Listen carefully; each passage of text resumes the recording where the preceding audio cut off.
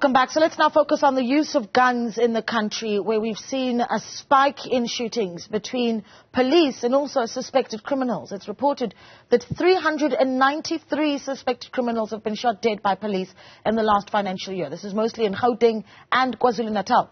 In KZN alone, more than 80 were killed between April last year and this month. So how should we be viewing this increase in shootings? And to unpack that discussion, we are joined by senior expert from the Global Initiative Against Transnational Organised Crime, Jenni Irish-Qhobosheane. Jenni, good morning to you.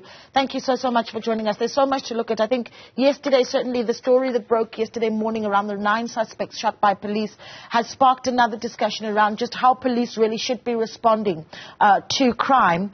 I just shared some of those numbers. In fact, in 2021-2022, there were 410 alleged criminals shot by police. Are they responding lawfully, in your view? Let's start there.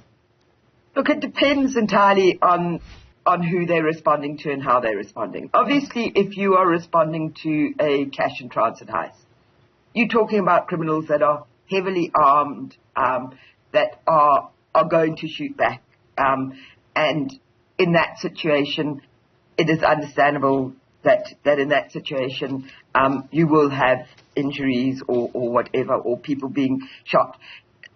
When it comes to some of the more minor crimes where the suspect is not armed, then there are serious questions around those shootings. But where you have heavily armed suspects that you are confronting, one understands why those things take place. Yeah, have we legislated it correctly though? Because it seems that it's a conversation that's been going for years, and we still haven't quite figured out where that line should be drawn from a legislative point of view. I mean, you've got pundits that are coming out and saying, well, constitutionally everyone has the right to life, and so even if police are responding to criminals in a situation, that even those criminals have the right to life. I think we do need to have a lot more debate and discussion, and we do need to look. I mean, this has been going on for more than 10 years, this discussion around this issue. And I think it's definitely something that we need to actually bring to some sort of finalization, because, as I said to you, it depends on the type of circumstances, how one would expect the police to respond. Can we talk a little bit about easy availability of guns in our country and where that sits at the moment? I know that KZN, notably quite a hot spot for illegal firearms that are readily available. And so even where you do have a situation like we saw in Marion Hill, where police need to respond to a situation, they are faced by heavily armed suspects. Yeah, I think that is a very serious problem. And I think if we're wanting to deal with all levels of crime, be it organized crime, be it like opportunistic crime, we have to address the issue of firearms. We are very concerned about the levels of illicit firearms in the country. Every year it seems that the police, if you look at the police's annual report, a significant number of firearms are seized, but it doesn't seem to be affecting the pool of illicit firearms. It seems that more firearms make it into those pools. And we believe that it's critically important that we begin to look at where are these illicit firearms coming from, and how do we stop the flow of firearms into the illicit pool. One of the things that I've seen come out of even the shooting that we saw in Marion Hill yesterday, and where the discussion has gone, is you've got now the IPID head that's come out, Jennifer Nhlatseng, who, in fact, yesterday told a publication, Soweto, that their biggest concern is innocent people getting caught in the crossfire when gun violence does break out between criminals and police. And essentially saying that they're still going to go back to the community of Marion Hill to investigate if any innocent bystanders were hurt. I mean, are we dealing with that sufficiently? I think that is an issue that we definitely have to deal with. Innocent bystanders being shot, and who exactly did the shooting, and who exactly were they shot by. Because it's all well and good for the police to go in guns blazing to deal with armed criminals, but they also have to take cognizance of public that may be in the vicinity where the crime is occurring. Yeah. I also think there are other things that the police need to do, and which IPID, when investigating this kind of thing, could be looking at, and that is the leakages of guns from the police themselves.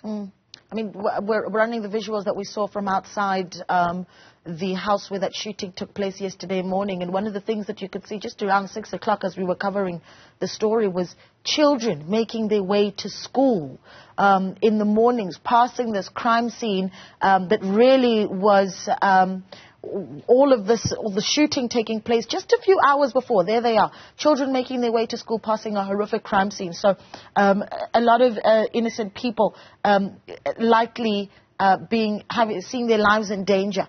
Can we talk about this number? Nearly one person an hour is shot dead in South Africa. That is an astronomical fact there.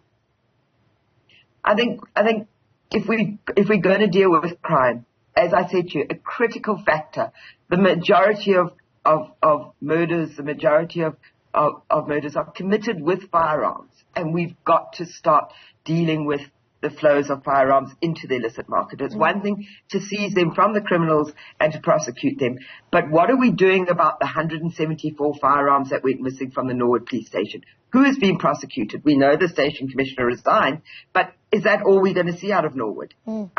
What is happening around the station commissioner in Mitchell's Plain, who we've seen one arrest of a detective in Mitchell's Plain where firearms went missing, but the station commissioner who was found to have been negligent was transferred. I think we really have to start dealing with firearms coming, how we get firearms that are flowing into the illicit market. That includes civilians who lose their firearms. That includes the police, firearms under the jurisdiction of the police. But it also includes firearms in other government departments where the number of firearms are actually quite scary. And we don't really know what is happening with those firearms in other government departments. So if we're going to deal with this, we've got to develop a more holistic approach of not just arresting and seizing firearms. We've got to deal with the flows of firearms. Civilians who lose firearms, firearms under the jurisdiction of the police, and firearms coming from other government departments. Right, and one final one before I let you go, Jenny. We've got in KZN called for random police raids to be conducted to remove guns. And this was, of course, they were talking about political assassinations, but one wonders if that's going to help. And also, I think there's something to be said about the fact that what we heard from police yesterday over this shooting in Marion Hill is that they had been on the tails of these 11 gunmen for quite a long time. So is that something that can give us some encouragement to say, well, perhaps if we have proactive policing, like what some will argue we saw yesterday morning, we're making some progress?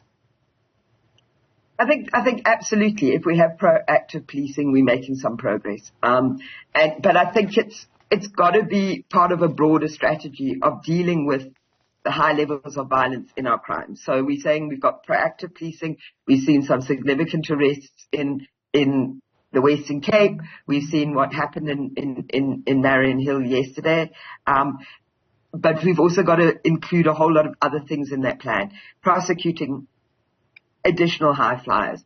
We've got to look at firearms and cutting the flows of firearms. There are a number of different issues that we need to incorporate into that proactive approach that we're developing.